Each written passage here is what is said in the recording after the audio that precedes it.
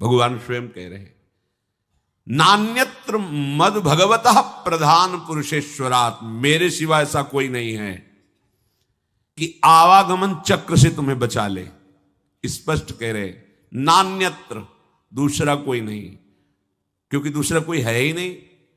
मद भगवता प्रधान पुरुषेश्वरात्, ईश्वरों का भी ईश्वर मैं हूं, ये भगवान कृपा करके वर्णन करते हैं। मेरे सिवा किसी का भी आश्रय लेने से तुम जन्म मृत्यु चक्र से नहीं बच सकते। उसके लिए इहलोक परलोक, शरीर, शरीर संबंध, शरीर संबंधी भोग, इन सब को भगवान है, भगवान का ही, उनको समर्पित करके तुम निश्चिंत होकर निरंतर भजन करो। तो भगवान कह रहे, भक्त्या तान मृत्यु रति पारये। भक्तों के जीवन में भारी विपत्तियों का सामना करना होता है। क्यों? पापियों को तो ऐसा नहीं देखा जाता जैसा भक्तों को विपत्ति, क्योंकि इनका आखिरी जन्म है, अनंत जन्मों का हिसाब पूरा करना है। इसीलिए लोग डर जाते हैं कि भक्त होते हुए इनको इतना कष्ट, इनकी इतनी विपत्ति, तो मेरे तो आचरण ही ऐसे नहीं, जब इनके भजन का प्रभाव इनको सुखी नहीं कर सकता तो मेरे को क्या सुखी करेगा। तो ये अज्ञान है। भक्त को जो सुख प्राप्त है और प्राप्त होगा वो त्रिकाल में किसी अन्य साधना वालों को भी प्राप्त नहीं होता। फिर विषयी पुरुषों की तो बात है, तुम उन्हें सुख समझ रहे हो। जो अच्छे से अच्छे पदार्थ खाने के बाद 6 घंटे के बाद मल बन जाता है, चाहे जितना सुंदर पेय हो, मूत्र बन जाता है। और ऐसे थैले में, ऐसे शरीर में राग करना, ऐसे शरीरों में सुख भोग करना, कौन सी बुद्धिमानी है? कौन सा सुख है जो तुम्हें तृप्त कर पाया अब तक? महाभाग्यशाली जन है जो विवेक का आश्रय लेकर इस व्यवहार प्रपंच को करते हुए निरंतर भजन परायण, जिसका जीवन भगवान में समर्पित है, ऐसा चमत्कार प्रकट होता है आंतरिक। ये बाह्य मायाकृत है, वो किसी साधना से नहीं, क्योंकि साधन पक्ष भी देखा, कृपा पक्ष भी देखा। जब किसी भक्त का किसी परिवार में अवतार होता है, अवतरण होता है, जन्म होता है, तो वहां विध्वंस लीला प्रारंभ हो जाती, विनाश लीला। इससे प्रायः संसारिक लोग समझने लगते हैं बड़ा अमंगल हुआ। जैसे गोस्वामी जी का प्रादुर्भाव हुआ तो प्रादुर्भाव होते ही मां पधार गए। मतलब इतना प्रबल कृपा वपु भक्त है कि प्रकट होते हुए इस माता को परम पद में, एक दिन के लिए भी हम मृत्यु लोक में नहीं रहना, तुमने मुझे जन्म दिया सीधे परम पद में। संसार क्या देखता है? जन्मते ही मां को खा गया। संसार का स्वरूप अलग है। दासी ने, पिता तो नफरत ही करने लगे थे गोस्वामी जी के। जब दासी ने धाय मां ने पाला, वो भी पधार गई।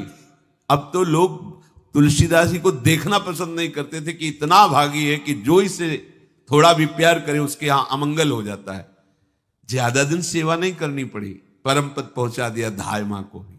ऐसे ही जो इहलोक परलोक के सारे भोगों का प्रभु में समर्पण कर देते हैं, तो उनके ऊपर ऐसी विशुद्ध कृपा होती कि बिना साधन के पूरे पूरे का पूरा परिवार परम पद का अधिकारी हो जाता है। एक महाभागवत अनन्य भक्त श्री चंद्रहास जी महाराज, उनके पावन चरित्र का अपने लोग श्रवण करते हैं। इससे भक्ति बहुत घनीभूत होती है। भगवान व्यास देव जी ने इस महान पावन चरित्र की रचना करके फलस्तुति में लिखा है, जो चंद्रहास जी के चरित्र का श्रवण और मनन करेगा उसके हृदय में हरि चरणों में अमोघ प्रीति हो जाएगी, अनन्य भक्ति हो जाएगी। चंद्रहास जी केरलाधिपति पूर्वमासीद राजा सुधार्मिक, राज्यं चकार मेधावी विधिवत् पालयन् महीम्, तस्य पुत्रो भवन मूल नक्षत्रे बहुभाग्यवान। केरल देश में एक परम मेधावी सुधार्मिक नाम के राजा राज्य करते थे। धर्म पूर्वक चलना, प्रजा का पालन करना और भगवान नाम जप करना, शास्त्र विधि से बिल्कुल कभी प्रतिकूल एक भी आचरण जीवन में नहीं किया, तो उनके यहां महाभागवत चंद्रहास जी का प्रादुर्भाव होता है। भगवान के भक्तों का जिस कुल में प्रादुर्भाव होता है, वो कुल, वो ग्राम, वो नगर, वो देश परम पूजनीय हो जाता है। महाप्रभु चैतन्य देव जब ईश्वरपुरी जी के गांव से गुजरे, पता चला यह ईश्वरपुरी जी का गांव है, उनके शरणागत मंत्रदाता गुरु ईश्वरपुरी जी, तो उस गांव की परिक्रमा करके रज में लौट रहे थे और कहते जा रहे थे कि इस गांव का कुत्ता भी हमारे लिए भगवान के समान पूजनीय, क्योंकि मेरे गुरुदेव का प्रादुर्भाव इस नगर में हुआ और वहां के लोगों की चरण रज लेकर के माथे पे धारण करते। नाम प्रसंग कहे तु उपदेश, जहां या धर्म धन्य सो देश, धन्य सो कुल जे जन्म भयो, धन्य सो तात धन्य सो माए। माता पिता कुल परिवार 21 पीढ़ियां तर जाती हैं यदि भगवान का महाभागवत कोई भक्त पैदा हो जाए। ये महाभाग्यशाली मूल नक्षत्र में प्रकट हुए। लौकिक में अमंगल माना जाता है और भाव में देखो तो मूल कौन है? नक्षत्र भगवान। ऊर्ध्वमूल मधा शाखा मुसत्थम प्राहुरव्ययम, सबके मूल कौन है? श्री भगवान। किस नक्षत्र में पैदा हुए? मूल में, भगवत स्वरूप। और लोक में माना जाता है कि मूलन में पैदा हुआ है लड़का, अमंगल है, कुछ नष्ट ही होगा, संसार बड़ा विचित्र है। और प्रमाण भी दे देते हैं। प्रभु की लीला ऐसी कि उनके रहस्य को ना जानने के कारण प्रमाण भी ऐसे प्रकट हो जाते हैं कि हाँ, मंगल देखो हुआ ना। इधर बधाई प्रारंभ है कि राजकुमार का प्रादुर्भाव हुआ है। जैसे गोस्वामी जी जन्मते ही श्री मुख से उच्चारण किया राम, अहो भाग। बालक रोते हैं, गोस्वामी जी रोए नहीं थे, प्रकट हुए तो बोले राम। चंद्रहास जी प्रकट हुए तो बोले कृष्ण। जैसे बालक रोता है ऐसे उनकी आवाज में निकला कृष्ण कृष्ण। बड़ा आनंद हुआ सुधार्मिक राजा को कि हमारे कोई महाभागवत पधारा है, क्योंकि ये भजन करके पूर्व जन्म में ऐसी भागवती की स्थिति प्राप्त की कि अबोध अवस्था में ही श्रीमुख से कृष्ण नाम निकल रहा है। आनंद उत्सव मनाया जा रहा है। राजा है, राजकुमार प्रकट हुआ, और दूसरी बात वो स्वयं भक्त हैं और भगवान का ऐसा भक्त जो जन्म लेते ही कृष्ण नाम उच्चारण किया। ये आनंद ज्यादा दिन टिका नहीं। रोज बधाइयां हो रही, आनंद उत्सव मनाए जा रहे। शत्रु पक्ष के राजाओं ने मिलकर कहा यही अवसर है, आक्रमण कर दिया जाए और केरलाधिपति का सब पूरा महल घेर करके कोई एक भी न बचने पावे। शत्रु पक्ष के राजाओं ने घेर लिया। हुतो एक नृपता के सुत चंद्रहास भयो, परियों विपत्ति धाई लाई और पुर है। राजा को दीवान ताके रही घर आन बाल, आपने समान संग खेले रस ढुर है। भयो ब्रह्म भोज कोई ऐसोई संयोग बन्यो, आए वे कुमार जहां विप्रन को सुर है। बोली उठे सबे तेरी सुता को जो पति है, वो चाहे जान सुन गयो लाज घुर है। आसपास से राजा और सैनिकों ने घेर लिया। अब वो असावधान थे, आनंद में पुत्र हुआ है, बधाइयां, कोई संभावना ही नहीं थी। गुप्त रूप से शत्रु पक्ष के राजाओं ने आक्रमण करके घेर लिया। अब राजाओं की कई सेनाएं और इनकी असावधानी पूर्वक आनंदमयी वृत्ति में कोई पहले से पता हो तो तैयारी करते, तत्काल आक्रमण को रोकने का प्रयास किया पर असफल रहे। इनके सैनिक भी मारे गए, राजा भी मारे गए, राजमहल को घेर लिया गया, कोई भी एक भी बच के न जाने पावे। तो राजमाता जिनसे चंद्रहास जी का प्रादुर्भाव हुआ था, उन्होंने धाय मां को कहा कि मेरे पुत्र को बचाने में तुम समर्थ हो, मेरे तो प्राण नहीं बचेंगे, अगर ये लोग नहीं मारते तो मैं अपने पति के शव के साथ सती हो जाऊंगी। पहले ऐसी धार्मिक निष्ठा माताओं बहनों में होती थी कि धाय मां ने विचार किया कैसे बचा सकती हूं, आसपास तो सब सैनिक घेरे हुए हैं। तत्काल उसने विचार किया कि अगर हम इनको राजकुमार की तरह ले जाती है तो हमें भी मारा जाएगा और इनको भी मारा जाएगा। देखो कितनी विपत्ति जन्म लेते हैं। कोई प्रश्न कर सकता है कि महाभागवत जिनके घर में प्रकट हो तो वहां धन वैभव सुख संपत्ति बढ़नी चाहिए, यहां तो जन्म से ही जैसे वहां माता पधार, ये क्या है?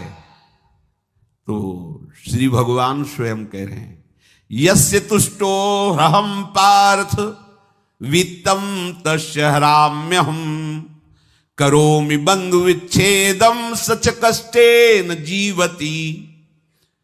हे अर्जुन, मैं जिस पर बहुत प्रसन्न होता हूं, आप अपने ऊपर भगवान को बहुत प्रसन्न करना चाहते हैं, बहुत प्रसन्न करने में ये है, देख लो। कह रहे जिस पर मैं बहुत प्रसन्न होता हूं सबसे पहले उसका ऐश्वर्य नष्ट करता हूं, फिर क्या करता हूं, फिर बंधु बांधवों का, फिर क्या करता हूं, असाध्य रोग उसके शरीर में। बोले महाराज जी तुम प्रसन्न हुए हो कि पूरे के पूरे नाराज हो गए हो? बोले यही मेरी प्रसन्नता है। क्या? माया का नाश। अब एकमात्र भरोसा केवल भगवान का, दूसरा कोई नहीं। ये सबको पसंद नहीं आएगा, सब तो उस भगवान की भक्ति चाहते हैं कि अगरबत्ती धूप बत्ती तन मन धन सब तेरा स्वामी, क्या लागे मेरा, पर अंदर से कह रहे सब तन मन धन सब मेरा, क्या लागे तेरा। ऐसे तो चलेगी भक्ति। लेकिन कई बार सत्संग में पीछे धाम में कहा था कि भगवान को रिझाकर लोक मांगोगे तो चैन से रह लोगे, और अगर उनसे प्यार करने की बात मन में ठानी कि बस मुझे केवल आपकी आंखों में आंखों को मिला करके जीवन व्यतीत करना है, मुझे और कुछ नहीं चाहिए, तो फिर लाडले आपको दुशरिहा का कोई आश्रय रहने नहीं देंगे। ध्यान रखना, जितने दुशरिहा होंगे तो ये बर्दाश्त हो तो कदम आगे बढ़ावे, बहुत प्रसन्न हो जाओ ठाकुर हम पे, तो कह रहे यस्य तुष्टो ह्रहम पार्थ वित्तम तस्य हराम्य हम करोमि बंधु विच्छेदम सच कष्टेन जीवती। जितनी श्वासें रहेंगी भयंकर कष्ट में उसको व्यतीत करने के लिए दूंगा। ये दंड नहीं है, ये पुरस्कार है। अनंत जन्मों का हिसाब बराबर करके कहीं इसकी वृत्ति मेरे से हट न जाए, ऐसे घेरे में डाल के अखंड चिंतन करवा के सजयति जयति जग उच्चरे। जाको करत श्याम सहाई प्रथम वर्णो कृपा क्रम हो विषय मूल गंवाई। कुल कुटुंब बल वित्त हीनो दीन के दुखदाई। आपने को करजु लीनो आप ही अपनाई। कह रहे हैं अब मैं वर्णन करता हूं श्याम सुंदर जिस पर कृपा करते हैं उस पर कैसा बर्ताव करते हैं। बोले सबसे पहले उसके विषय भोगों का नाश कर देते हैं, फिर दूसरी कृपा कोई परिवार का, कोई मित्र, कोई रिश्ते नातेदार उसकी तरफ देखेगा भी नहीं। फिर ऐसा दुख प्रदान करते हैं कि केवल एक भरोसा रह जाता है, एक भरोसा, एक बल, एक आस विश्वास, बस नाथ आपके सिवा अब हमारा कोई नहीं। बस वहीं से जो चमत्कार प्रकट होता है, त्रिभुवन में कोई उसकी समानता नहीं कर सकता जिस पर ठाकुर की कृपा है। पर इस कृपा को हजम करने के लिए इसीलिए संत संग किया जाता है कि पहले से वो तैयार कर देते हैं। जैसे आर्मी की ट्रेनिंग होती है ना, ट्रेनिंग के बाद भी बॉर्डर में लगाया जाता है, ऐसे ही संतजन ये ट्रेनिंग देते हैं। अब जो टिके तो टिके, नहीं तो घर बैठे जाके, और अगर टिक गया तो गुरु मेहरबान तो चेला पहलवान, भगवान भी परास्त नहीं कर सकते। उसमें ऐसी सामर्थ्य आ जाती है कि हर प्रभु के द्वारा दिए गए विधान को हंस करके स्वीकार कर लेता है, और ऐसा नहीं कि उसको कष्ट होता है। ये लोक भाषा में भगवान कह रहे हैं सच कष्टेन जीविता, नहीं तो जिस चिदानंद में वो सुख भोगता है वो ब्रह्मा को भी नहीं प्राप्त है। जो भक्त को प्राप्त होता है। भक्त का वैभव दिव्य होता है, चिदानंदमय होता है। ये तो पापियों के पास भी वैभव है, रुपया पैसा कुटुंब परिवार। भगवान के दास के पास जो वैभव होता है वो अचिंत्य है, तुम चिंतन भी नहीं कर सकते, ऐसा वैभव होता है। धायमा ने सेविका का रूप तत्काल लिया, जिससे पोछा झाड़ू लगाने वाली, और कुछ दोने पत्तल डाले, उनके नीचे चंद्रहास जी को डाला, ऊपर से करके इसे माथे पे रख के निकली। सैनिकों ने पूछा इसमें क्या है, तो उनका राजघराने के दोने पत्ते जूठे दिखा।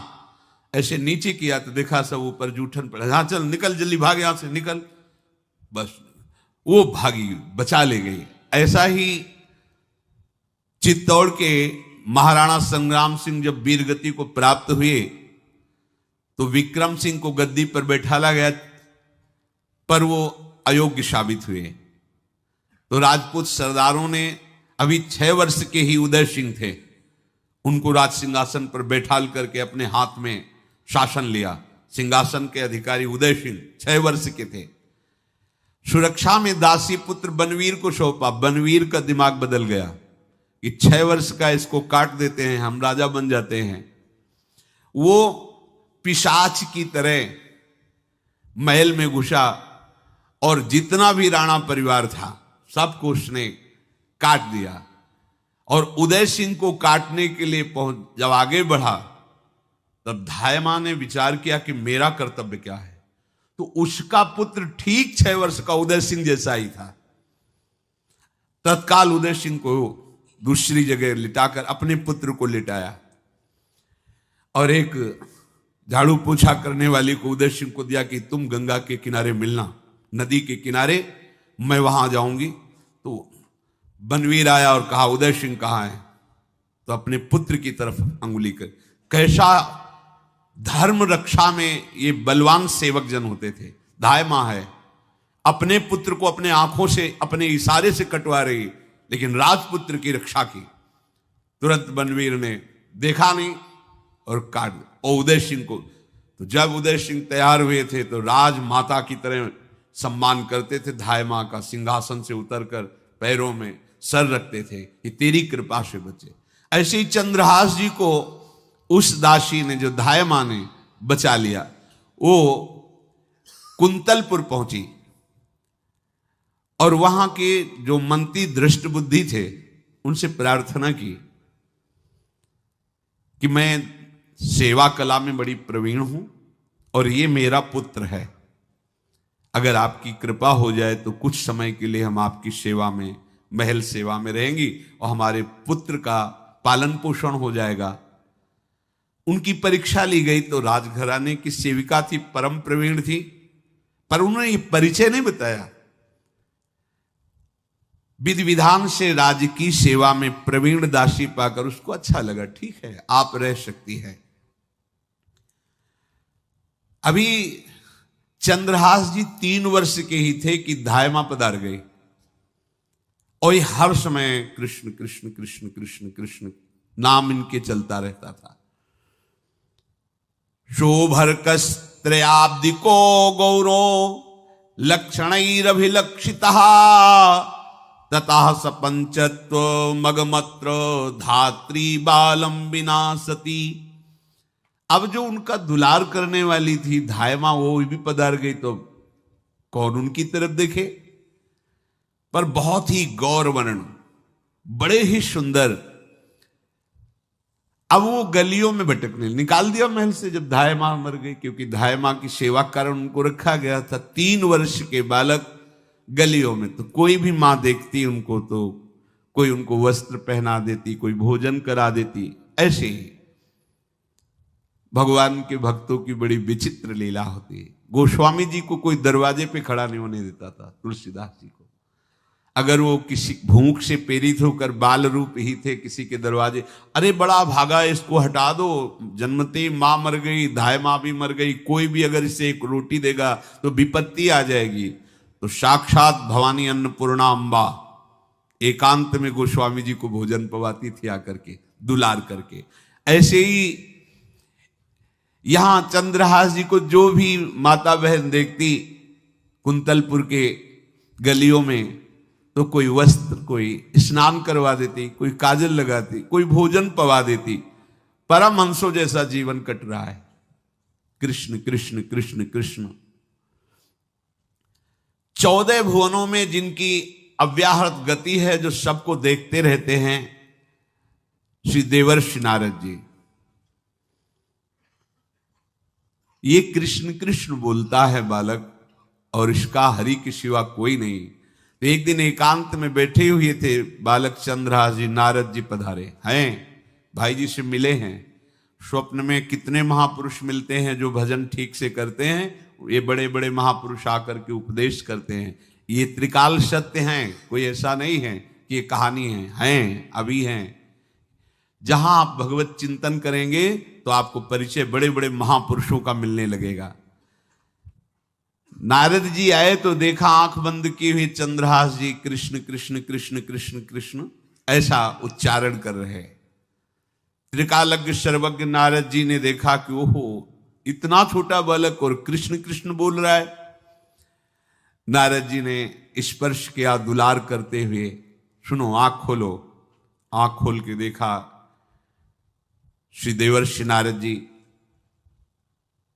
नारद जी ने कहा, देखो हम तुमको एक अमोघ वस्तु देते हैं, और एक छोटी सी शालिग्राम की, इतनी बड़ी शिवग्रह शालिग्राम का जो वो दिया। बोले धो के पी लेना और दिखा के पा लेना, यही तुम्हारी सेवा पद्धति है।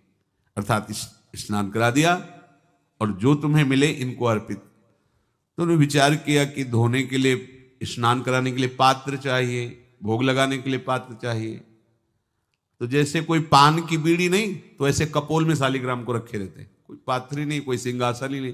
यही धुल गए, चरणामृत अंदर जा रहा, जब पाएंगे तो यही पा लेंगे, साइड में ऐसे करके फिर निकाल के धो।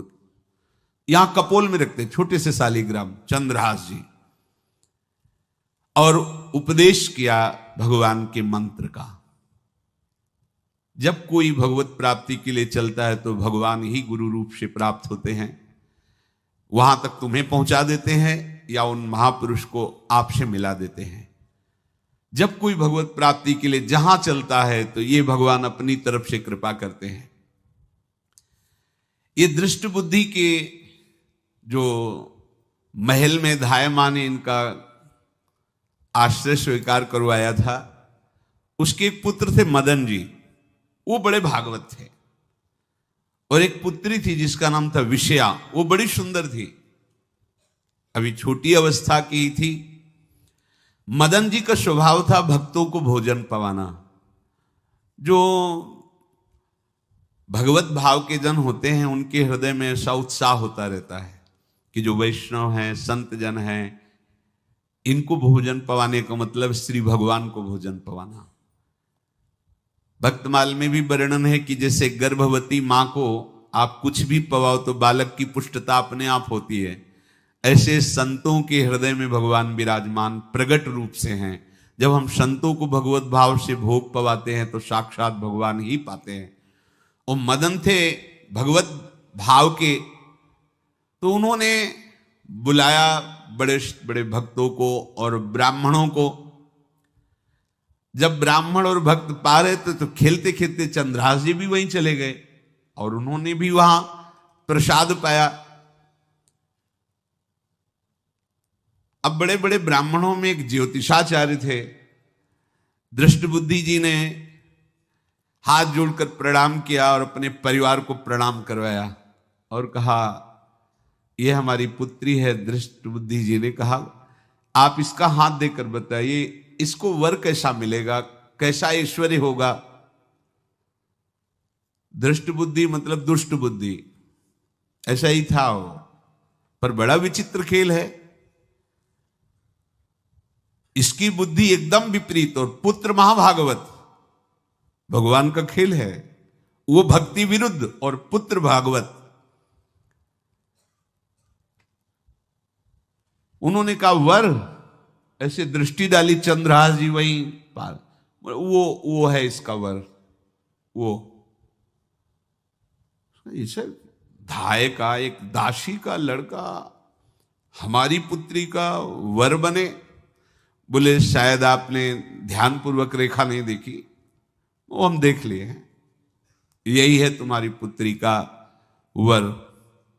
पर्यो सोच भारी कहा करो यो विचारी, अहो सुता जो हमारी ताको पति ऐसो चाहिए, डारो या ही मार या को यह है विचारी, तब बोली नीच जन कहो मारो ही दाहिए, लेके गए दूर देखी बाल छवि पूर, हम योनि पर धूर दुख ऐसो अवगाहिए, बोले अकुलाए तो ही मारेंगे सहाय कौन, मांगो एक बात जब कहो तब बाहिए। दृष्ट बुद्धि ने विचार किया कि एक भिखमंगा हमारी राजकुमारी पुत्री का दूल्हा बनेगा। पंडित जी को तो दक्षिणा दी, विदा किया और सैनिकों से कहा घर से निकलने न पावे बालक, क्योंकि ज्योतिष पक्की, ज्योतिष शास्त्र सत्य है पर उसका सम्यक ज्ञान होना चाहिए।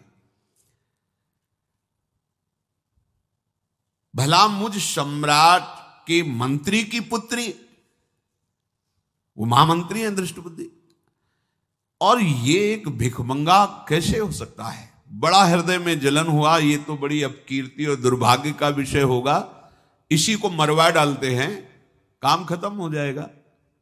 निश्चय किया और जल्लादों को बुलाया और कहा ये बालक जो पंगत में भोग पा रहा है इसको ले जाओ और जंगल में मार के, और इसका कोई अंग हमें काट के दिखाओ कि हम मार, मतलब पक्का मार देना है, क्योंकि वो इतने सुंदर थे, इतने सुशील थे, इतने प्यारे लगते थे कि कोई भी मारने के लिए तैयार। इसीलिए उसने शर्त रखी इनका अंग काट करके हमको प्रमाण में दिखाया जाए कि मार दिए गए हैं।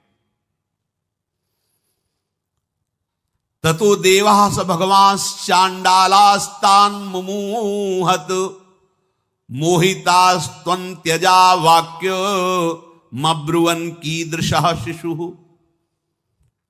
चांडालों ने हाथ पकड़ा चंद्रहास जी को, ले गए। चंद्रहास जी का स्पर्श करते हुए उनको ऐसा दुलार होने लगा हृदय में जैसे मां को अपने बच्चे से दुलार होता है। स्पर्श करते, दरस परस अघनाश, भक्त का स्पर्श ही पापों का नाश कर देता है। वो दो जल्लाद आपस में कहने लगे भाई जीवन हो गया लोगों को मारते हुए, कभी कोई पुण्य का काम नहीं किया। ये देखो भक्त संग का प्रभाव। इस सुकुमार विशाल नेत्र, कैसा सुंदर बालक जो हमारे चित्त को चुरा रहा है, इस दुष्ट बुद्धि मंत्री ने आदेश किया मारने का। भला इससे क्या बिगाड़ा इनका, क्यों मारना चाहता है? देखो वैसे तो मां पापी है ही है, क्योंकि जल्लाद घर में जन्मे हैं, पूर्व जन्म के पापों के अनुसार इस जन्म में न जाने कितनों को हमने काटा है। पर पता नहीं क्या हो रहा है, मेरे हृदय में ऐसी हिम्मत नहीं आ रही कि इस बालक को मैं मार सकूं। दूसरे ने कहा फिर अगर उसको तुम नहीं मारोगे तो तुम मारे जाओगे, कुछ तो करना पड़ेगा। नहीं नहीं, इस छोटे से बालक से क्या किसी को नुकसान। एकांत जंगल में ले गए और कहा तुम जानते हो हम तुम्हें किस लिए लाए हैं? चंद्रहास जी बालक थे, 5 वर्ष की आयु अब हो गई थी, तो उनका मुझे पता नहीं कि आप क्यों लाए हैं। बोले हम जल्लाद हैं, तुम्हें मारने का हुक्म दृष्ट बुद्धि ने दिया है, मारना तो पड़ेगा ही तुम्हें। हमारी इच्छा नहीं कि मारें, पर हम तुम्हें अंतिम बात पूछते, तुम्हें कुछ भी पसंद हो, कुछ भी, तो तुम कहो हम तुम्हारे लिए ला के देंगे, जो तुम्हें चाहिए बोलो, पर हमें वध करना पड़ेगा तुम्हारा। तो उनका मुझे कुछ और नहीं चाहिए, बस थोड़ा सा समय चाहिए। यदि आप मारना ही चाहते हो तो थोड़ा हमारी पूजा है हम कर ले, इसके बाद मार लीजिए। आपको तो बल है, अस्त्र हैं, मैं तो बालक हूं। उनका हाँ हम तुम्हें समय देते, तुम किसी को पुकार भी सकते हो, जो तुम करना चाहो कर सकते हो। चंद्रहास जी ने कहा मुझे मृत्यु का भय नहीं, बस कुछ समय दे दे। पूरा महाभारत हो गया था, टिटिहरी के अंडे नहीं फूटे थे। वहीं एक टिटिहरी का, तो टिटिहरी एक पक्षी होती है ना, टे टे करके उड़ती है, तो उसके अंडों के ऊपर एक हाथी का घंटा हो गया, गिर गया ऐसे, सब पूरा महाभारत में सब नष्ट भ्रष्ट। वो अंडे वैसे सुरक्षित। तो जो प्रभु भारत युद्ध में राखे भरही अंड, सोई मुंह को राखे जो राखत ब्रह्मांड।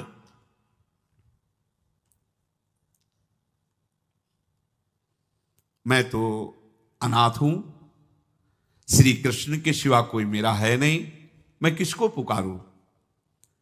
मेरा आश्रय तो एकमात्र वही प्रभु हैं।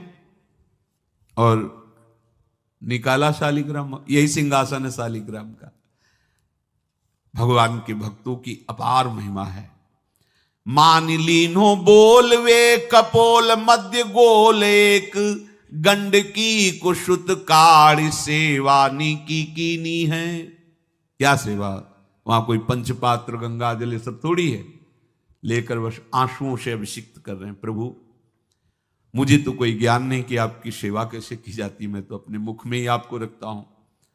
अब मेरे जीवन का अंत होने जा रहा है, बस मैं यही प्रार्थना करता हूं कि मैं आपके ही समीप पहुंचूं, आपका ही स्मरण करूं, आपसे कभी विलग न हूं, एक भी वृत्ति आपसे कभी विलग न जाए। भयो तदाकार यो निहार सुख भार भरी, नैनन की कोर ही सो आज्ञा बध दीनी है। श्याम सुंदर मुरली मनोहर ललित त्रिभंगी ध्यान करते हुए आंख खोली और इशारा किया, काट दो मुझे। जल्लादों ने जब देखा आंसू चल रहे ऐसा, वो बैठ गए अस्त्र रख के और कहने लगे, भाई तुम मुझे मार दो, भले भले वो दृष्ट बुद्धि मुझे, मैं इस बालक को नहीं मार पाऊंगा, मेरी हिम्मत नहीं। अब कुछ भी हो, मेरा वध हो जाए, पर मैं इस बालक को, गिरे मुरझाई दया आई कछु भाए भरे, ढरे प्रभु और मति आनंद शोभिनी है।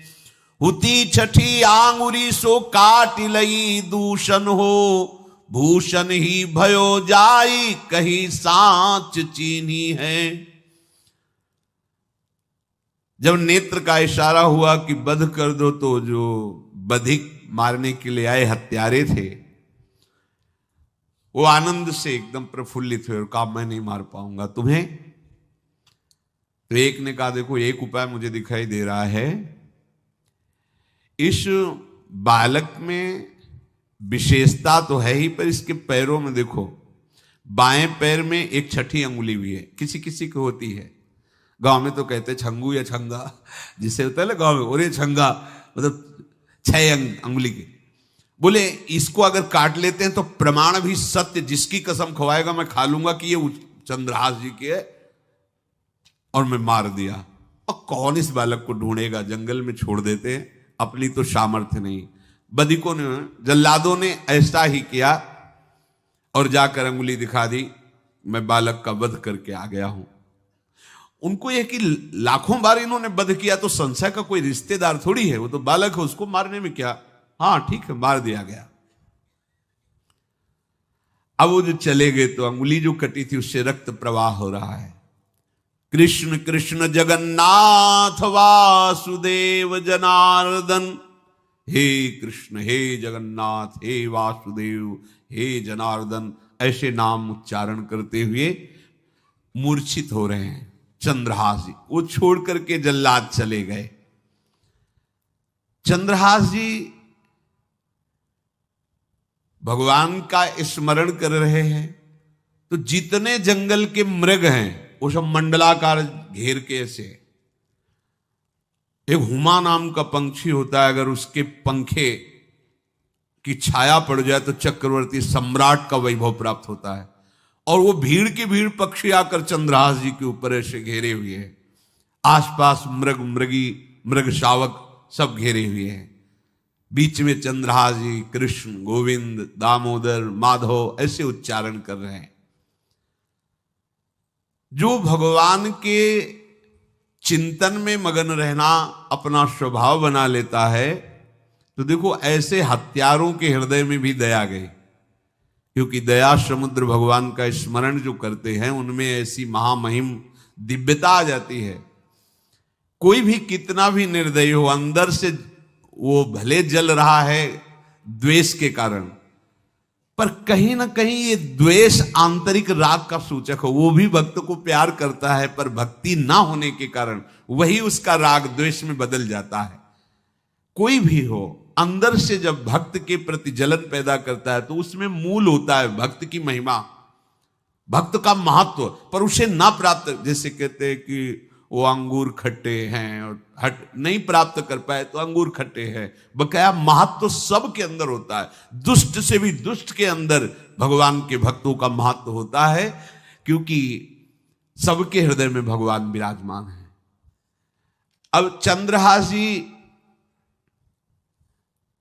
भगवत स्मरण करते हुए पक्षियों के और मृग आदि के बीच में हैं।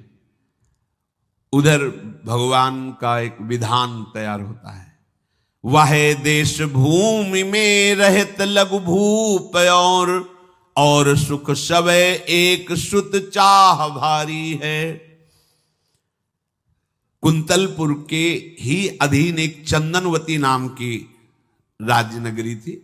वहां के राजा थे, उनके पुत्र नहीं हो रहा था, तो उन्होंने बहुत से दान पुण्य यज्ञ आदि किए। गृहस्थी धर्म में पुत्र ना होना एक बहुत अमंगल सूचक होता है।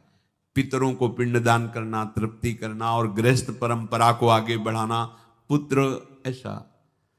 और जिसके गृहस्थ धर्म में होते हुए पुत्र नहीं होता, उसे शास्त्रों में लिखा पुत्र नाम के नरक की भी प्राप्ति होती है, ऐसे। पर अगर वही गृहस्थ जिसके पुत्र नहीं हुआ और बालकृष्ण को अपना पुत्र मानकर उनकी सेवा करे तो परम पदवी को प्राप्त हो जाए। संतान नहीं हुई तो दोनों विरक्त होकर वृंदावन वास करो, भजन करो, श्री जी को प्राप्त हो जाओ। पर अगर गृहस्थ में है तो पुत्र की कामना बड़े बड़ों को देखी गई, क्योंकि ऐसा सिद्धांत है। जब दशरथ जी महाराज चक्रवर्ती सम्राट, जब उनकी भी बहुत अवस्था हो गई, पुत्र नहीं हुआ तो व्याकुल हो गए और वशिष्ठ जी के चरणों में जाके बैठे कि सब कुछ है, पुत्र ना होने के कारण हमारा हृदय व्याकुल रहता है।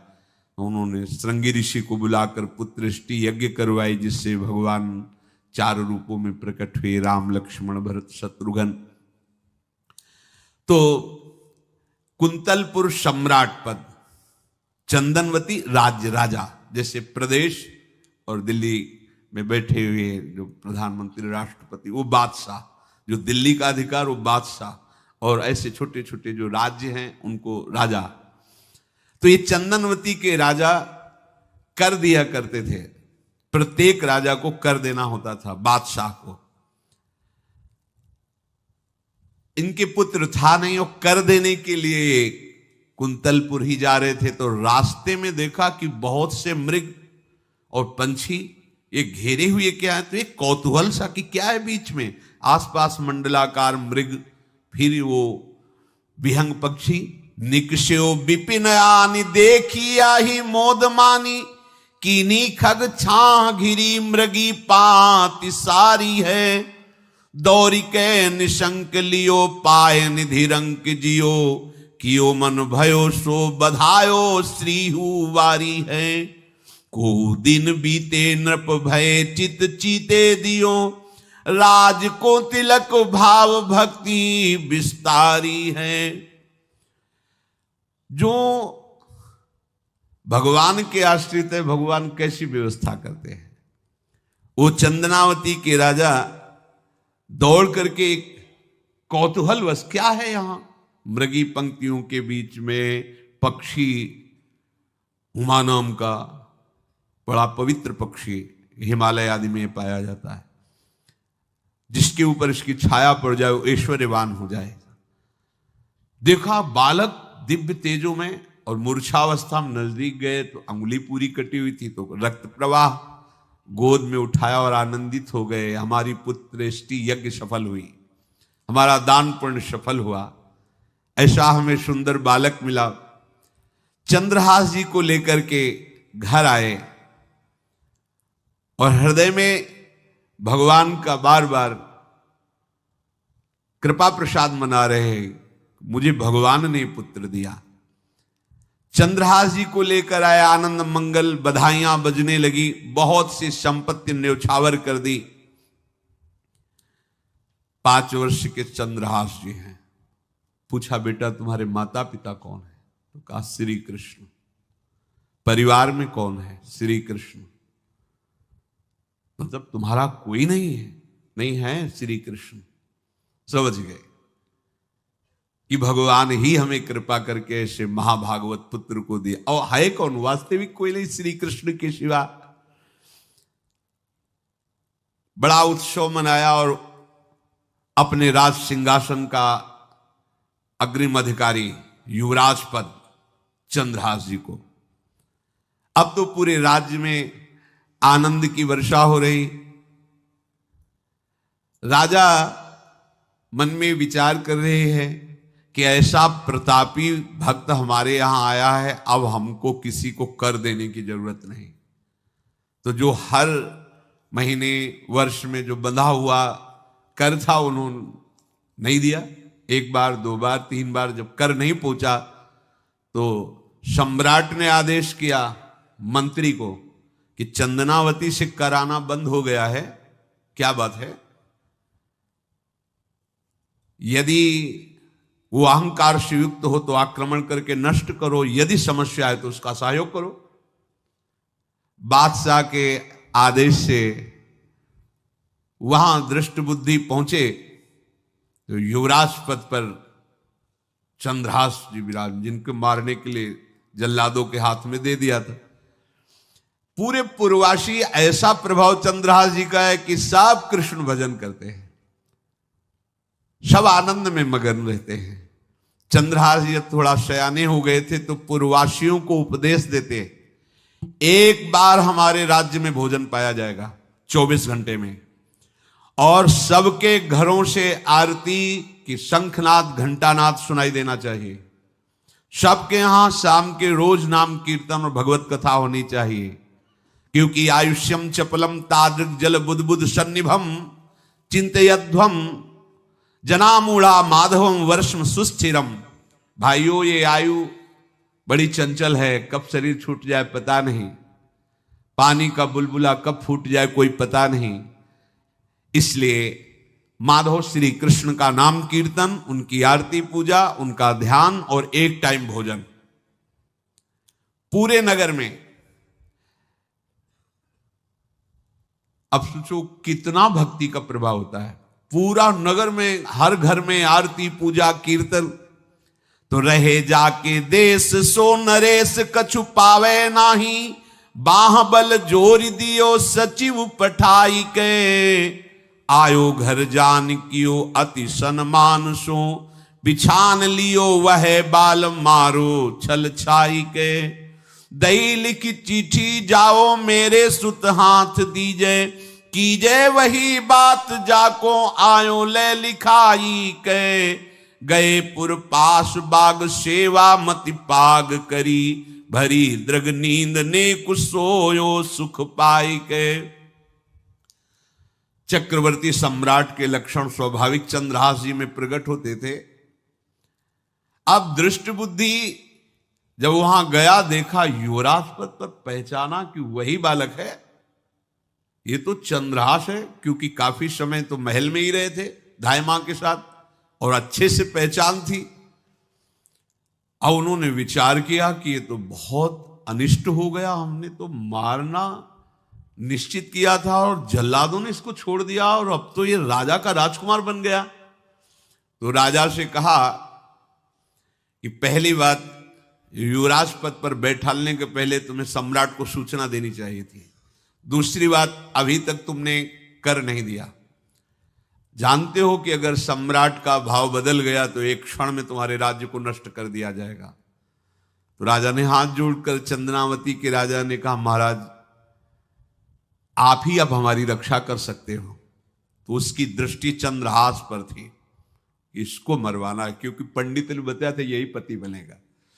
अरे तो अब तो आनंदित होना चाहिए कि अब तो राजा बनेगा, अब तो बढ़िया है। लेकिन चंद्रहास जी को यदि आप सम्राट के पास भेज देते हैं और सम्राट निश्चित प्रसन्न हो जाएंगे चंद्रहास को देख के, तो वो तुम्हारे इस अपराध को क्षमा कर देंगे। युवराज पद दे दिया और भेंट नहीं दी, कर नहीं दिया महीनों से, तो ऐसा करो चंद्रहास जी को भेज दो।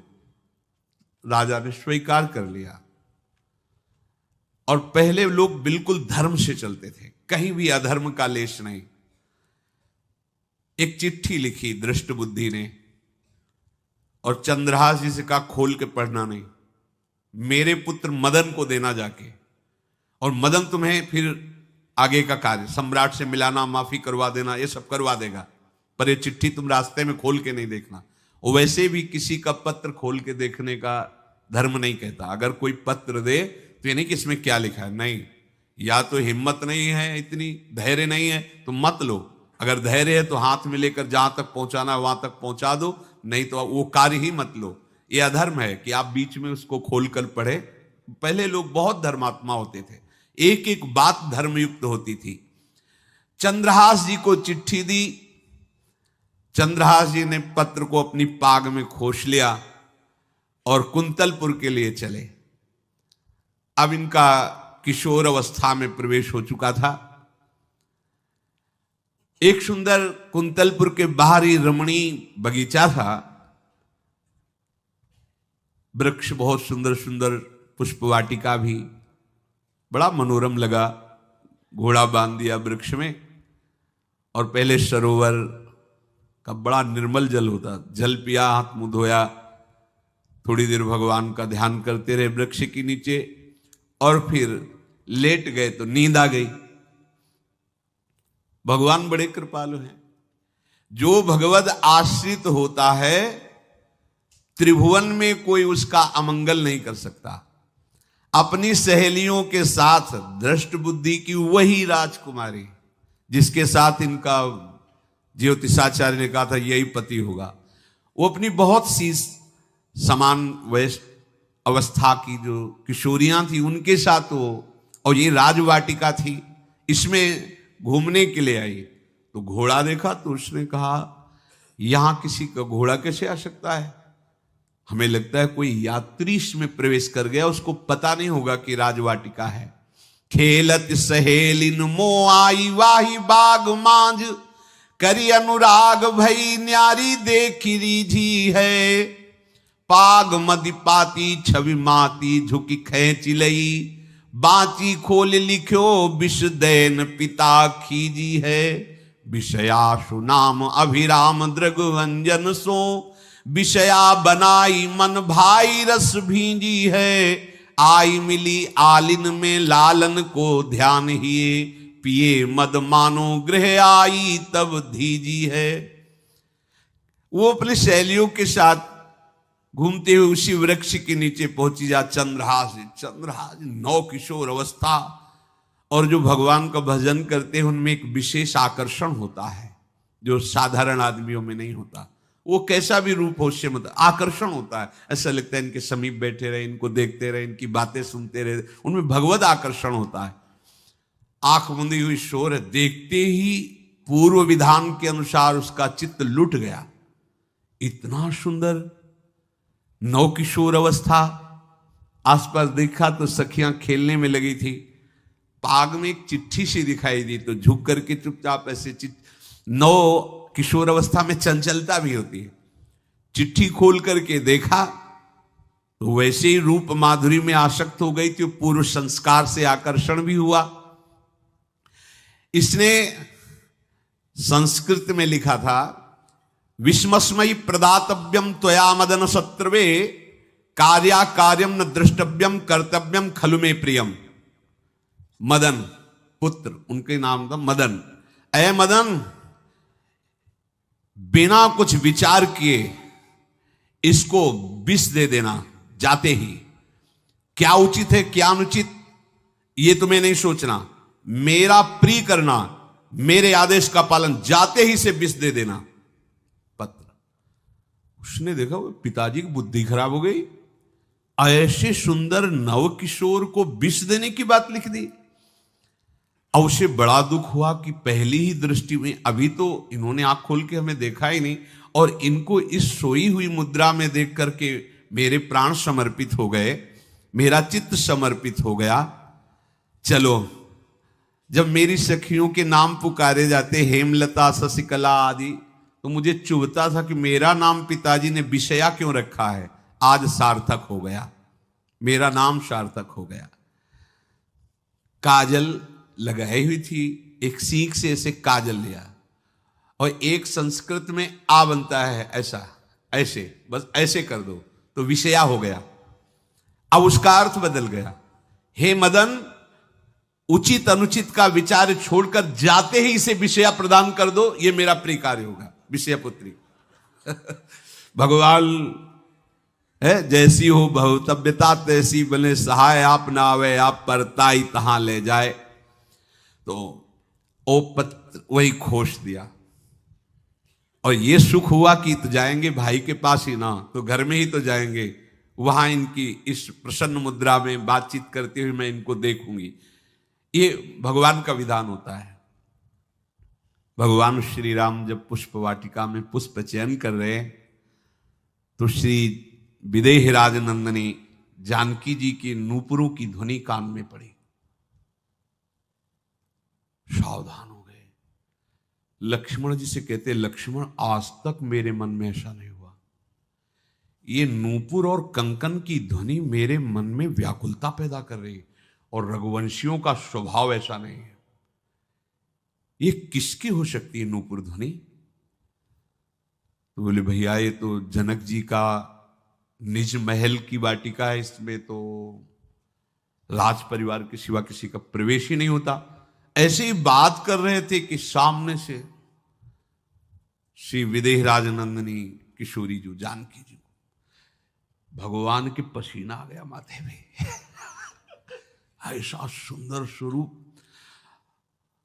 और लक्ष्मण जी से कहते, लक्ष्मण, मुझे अपने मन पे विश्वास, मर्यादा पुरुषोत्तम भगवान, मुझे अपने मन पे विश्वास है कि कभी भी इसमें हलचल नहीं, पर आज कुछ हम संभाल नहीं पा रहे। ये विधान होता है ना, जानकी जी को देख, तो ये भगवान का विधान होता है जो ऐसा पवित्र भाव वाले। अब चंद्रहास जी, ये सब कुछ पता नहीं, भगवत ध्यान में, वो निद्रा में, तो उठ्यो चंद्रहास जी पास लिख्यो ल्यायो आयो, देखि मन भायो गाढ़े गरे सो लगायो है, दई कर पाती बात लिखी मो सुहाती, बोली विप्र घरी एक मांझ ब्याह उभरायो है, करी ऐसी रीति डारे बड़े नृप जीती, श्री देत गई बीत चाव पार पे न पायो है, आयो पिता नीच सुनि घूमि आई मीच मानो, बानो लखी दूल्हा को सूल सरसायो। चंद्रहास जी उठे और पूछते हुए मंत्री के घर पहुंचे, और मदन ने जो ही कि चंदनावती से पिताजी ने इनको भेजा है, ये वहां के राजकुमार हैं, हृदय से लगाया। चंद्रहास जी ने कहा, आपके पिता ने पत्र दिया है। उन्होंने पत्र पढ़ा, विषमस्मयी विषयास्मयी, विषय तुरंत बिना विचार किए ब्याह कर दो, दे दो, क्योंकि लिखा है प्रदातव्यम त्वया मदन, अभी इसी क्षण जहां ये पत्र मिले, उनका जो आ गया, सुबह शीघ्र शुभम शीघ्र, बुलाओ पंडित को। पंडित ने कहा, भगवान की कृपा से अगला मुहूर्त है, बिल्कुल ये ब्याह का पक्का मुहूर्त है। अब तो राजघराने तत्काल व्यवस्था हुई, और वो तो पहले ही मोहित हो चुकी थी देख के विषया जी। तत्काल दुल्हन रूप उनको सजाया गया, इनको दूल्हा रूप सजाया गया, पंडित शुरू कर दिए, गणानंतो गणपति को, ब्याह हो गया। अब जब ब्याह यहां खूब धूमधाम से हो गया, तो दृष्ट बुद्धि ने सोचा कि काम हो गया होगा, विष दे दिया हो गया, मर, अब हम जाके संभाल लेंगे, क्योंकि राजकुमार है, कैसे विष दिया, कौन दिया, तो इस बात को हम संभाल लेंगे। जब वहां घर है तो पूरे नगर में सजावट हुई थी। बोले, भैया सजावट का है कि? बोले, महाराज आपके ही आदेश से तो है, आपने दूल्हा भेजा था, वो बुलावे तो ब्याह किसने कब कहा ऐसा? बोले तो मदन के पास चिट्ठी रखी है। अब वो घर गए, मदन को बुला, बोले तुम्हारी बुद्धि मारी गई क्या? हमने पत्र में लिखा था। दिखा दिया, लिखा था हमने, विष इसमें विषया कैसे लिख गया? काजल से ऐसे, और पहले स्याही काजल की ही होती थी, तो ऐसे भगवान सब कुछ बना देते हैं। उनका पिताश्री एक भी अक्षर आपकी आज्ञा का उल्लंघन, आपने लिखा था बिना विचार किए उचित अनुचित का हमारी आज्ञा का पालन किया जाए। विषया प्रदातव्यम मदन, मेरा नाम लेके आपने संबोधन करके ये देखो ये लिखा हुआ है, इसमें हमारी त्रुटि क्या है?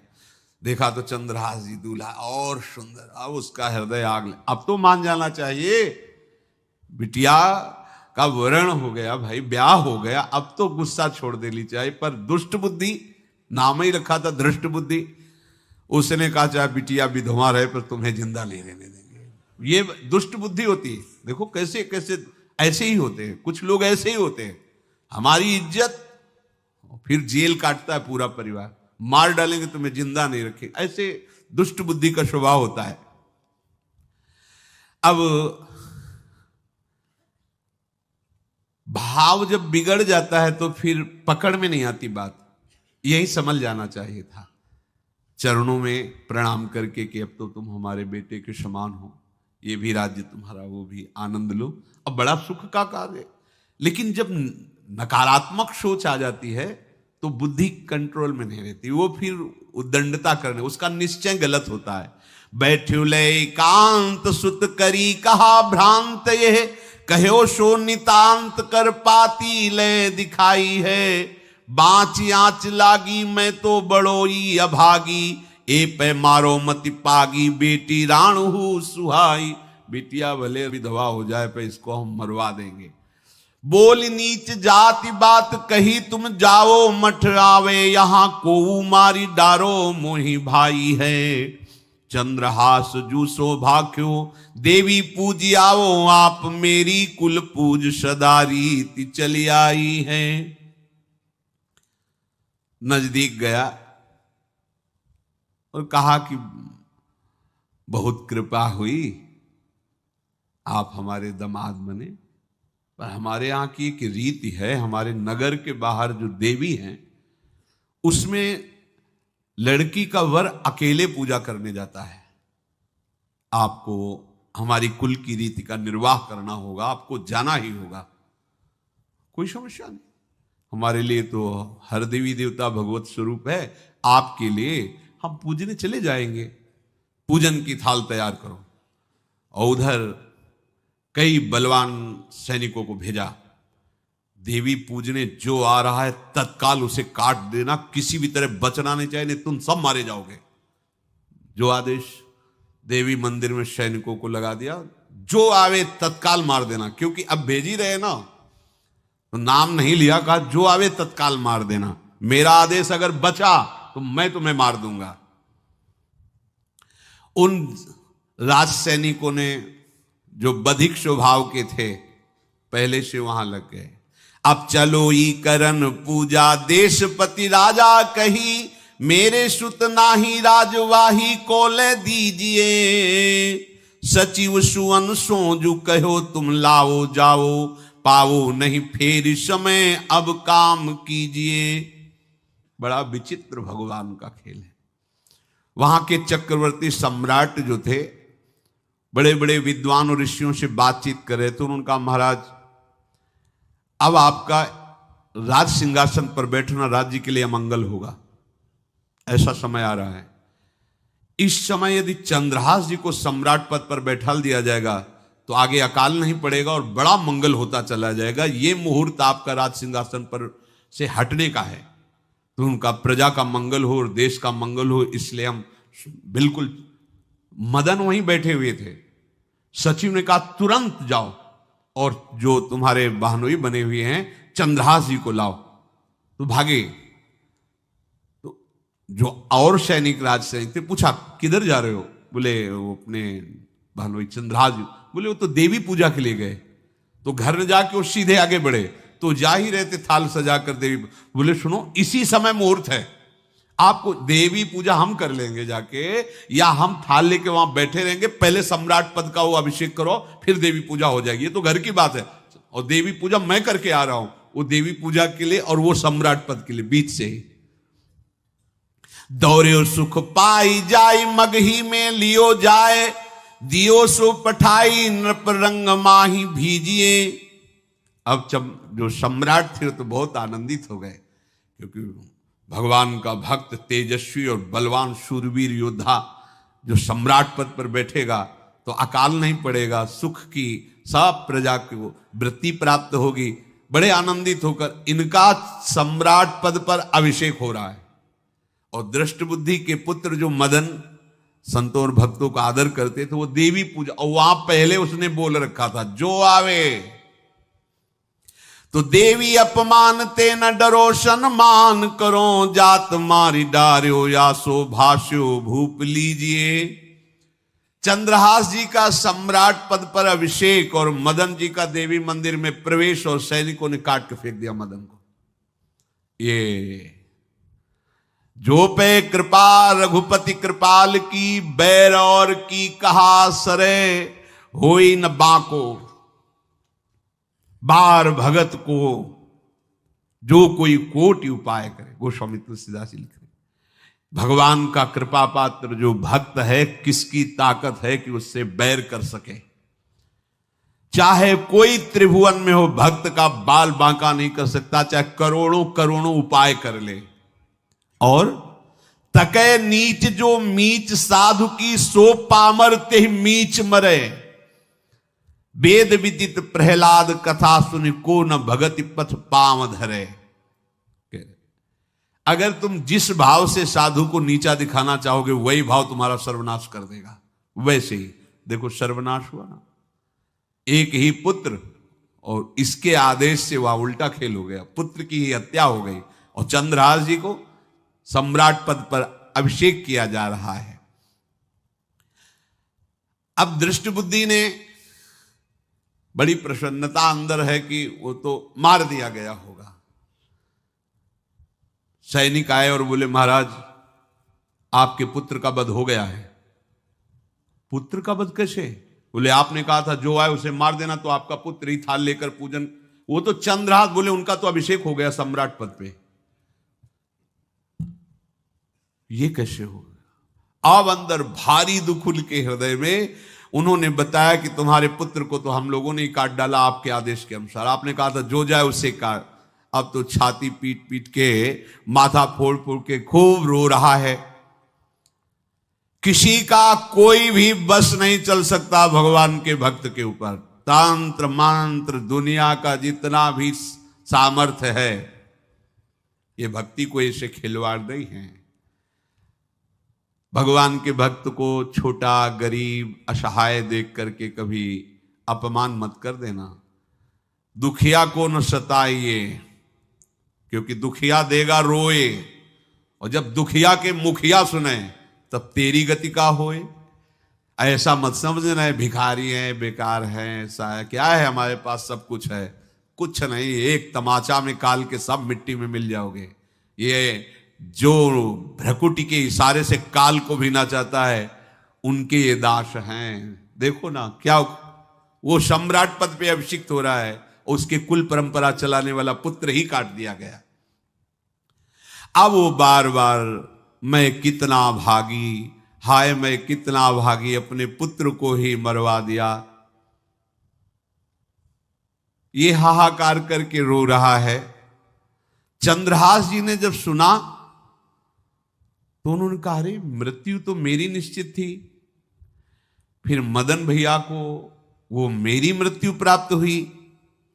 नहीं नहीं, ऐसा नहीं हो सकता, मैं अभी जाता हूं। वहां गए, सब कटे, अंगों को रखा, भगवान का ध्यान करते हुए स्मरण करते से हाथ फेरा, उठ के बैठ गए। अब ये घटना तो उनको पता नहीं थी दृष्ट बुद्धि को, उन्होंने खोपड़ी फोड़ करके अपनी हत्या कर ली। उनको जिला के आए तो फिर उनको जिलाया और कहा पिताजी अब कृष्ण कृष्ण जपो। अब उनकी बुद्धि शुद्ध हुई और भगवान का आश्रय लेकर के वो अपने जीवन को भगवत भक्ति में बनाए। तो जो भगवान का भक्त है उससे द्रोह करने वाले को भी परम मंगल ही देते हैं भक्त। पर भक्ति में अनन्यता की आवश्यकता है। प्रारंभ यही लोग परलोक के सारे सुखों को भगवान के चरणों में समर्पित करके किसी व्यक्ति वस्तु स्थान का आश्रय नहीं होना चाहिए।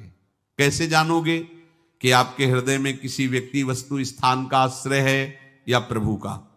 क्योंकि जो इस तरह से निकल पड़े उनकी तो बात अलग है, लेकिन जो घर में रह रहे हैं, राज परिवार में रह रहे हैं या सुख भोग में रह रहे हैं, वो कैसे जानेंगे कि हमारा आश्रय भगवान का है कि नहीं?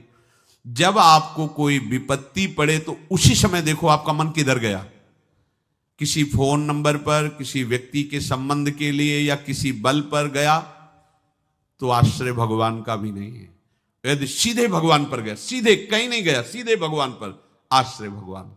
कोई सुख सम्मान हर्षोल्लास की बात आई तो अपने गुण पर गया, अपनी महिमा पर गया या भगवान की कृपा पर गया? अगर सीधे भगवान की कृपा पर गया कि ये तो हमारे प्रियाजू की कृपा से है, मुझ अधम के ऐसे भाग्य कहां, ये तो मेरी लाडली जू की कृपा।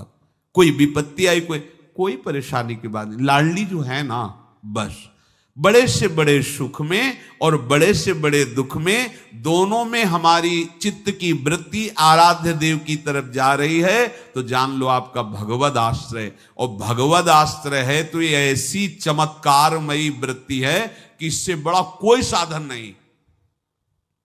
प्रायः इसका परिचय नहीं प्राप्त हो पाता।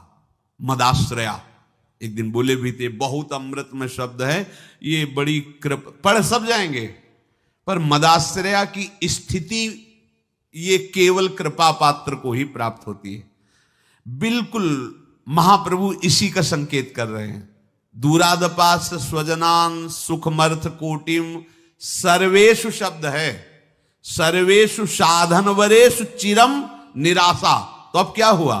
केवल गोरी चरणारविंद का आश्रय। तो बोले वर्षंत में वो सहजाद्भुत, सहज शब्द है, साधन शब्द नहीं। साधन के लिए तो कहा सर्वेषु साधन वरेश, जो श्रेष्ठ श्रेष्ठ सब साधन है उनका आश्रय नहीं। आश्रय किसका?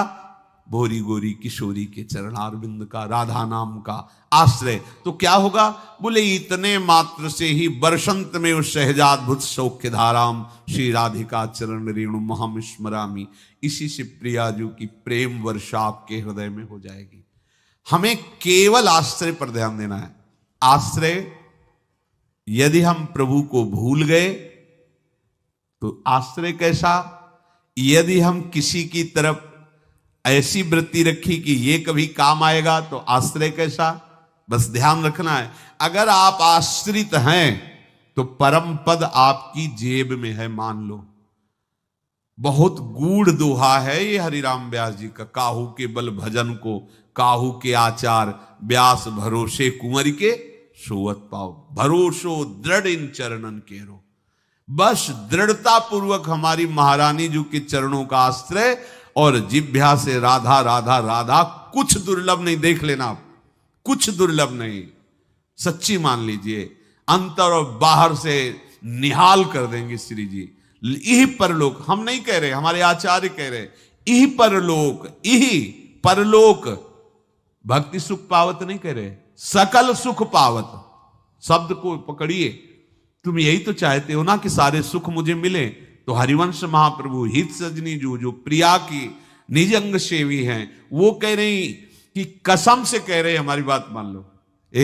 कसम से सब कब बोला जाता है? जब लगता है पता नहीं है विश्वास करे कि ना करे, तभी नहीं कहा। मेरी शौ का मतलब जानते हो? यही कसम से कह रहे हैं, अगर हमारी बात मान लो ना, यही परलोक सकल सुख पावत मेरी शौ। भैया कृष्ण गुण संचु, श्री प्रियालाल के नाम का जब, प्रियालाल का आश्रय परम सुख प्रदान करने वाला है। चाहे जैसी विपत्ति आवे, चाहे जितना विरोध हो, चाहे जैसा दुख हो, घबराना नहीं। ये दुख विपत्ति ही हमारे प्रभु का साक्षात्कार कराने के लिए भेजी गई है। पक्का मानना, ये विपत्ति दुख आ रहा है, मानो प्रभु आने वाले हैं। जैसे अरुणोदय होता है तो पता चलता सूर्य उदय होने वाला है, ऐसे जिस भक्त के जीवन में दुख विपत्तियां घेरने लगे तो जान लेना भगवत साक्षात्कार होने वाला है। प्रायः बड़े बड़े महाभागवतों के जीवन में जब भगवत साक्षात्कार का समय आया तब देखो, प्रताप राय जी का चरित्र सुनाया था एक बार कि उनको छल से लोगों ने फंसाकर जेल भेज दिया। जेल में वो इस बात से दुखी थे कि ठाकुर सेवा करने को नहीं मिल रही, मेरे ठाकुर जी ऐसे भूखे। तो वो प्रभु से रो के कह रहे थे कि प्रभु मुझे ये सब अपमान और ये जितना बंधन मिला इसका दुख नहीं, हमें दुख इस बात का है कि आपकी सेवा नहीं। उसी समय प्रियालाल जेल में ही उनको साक्षात्कार। तो ये विपत्ति, ये अपमान, ये दुख हमारा साथी है जो हमें प्रभु से मिलाएगा। हमें घबराना नहीं है, उबना नहीं है, एकमात्र भगवदाश्रय और भगवत चिंतन। श्री राधा वल्लभ लाल की।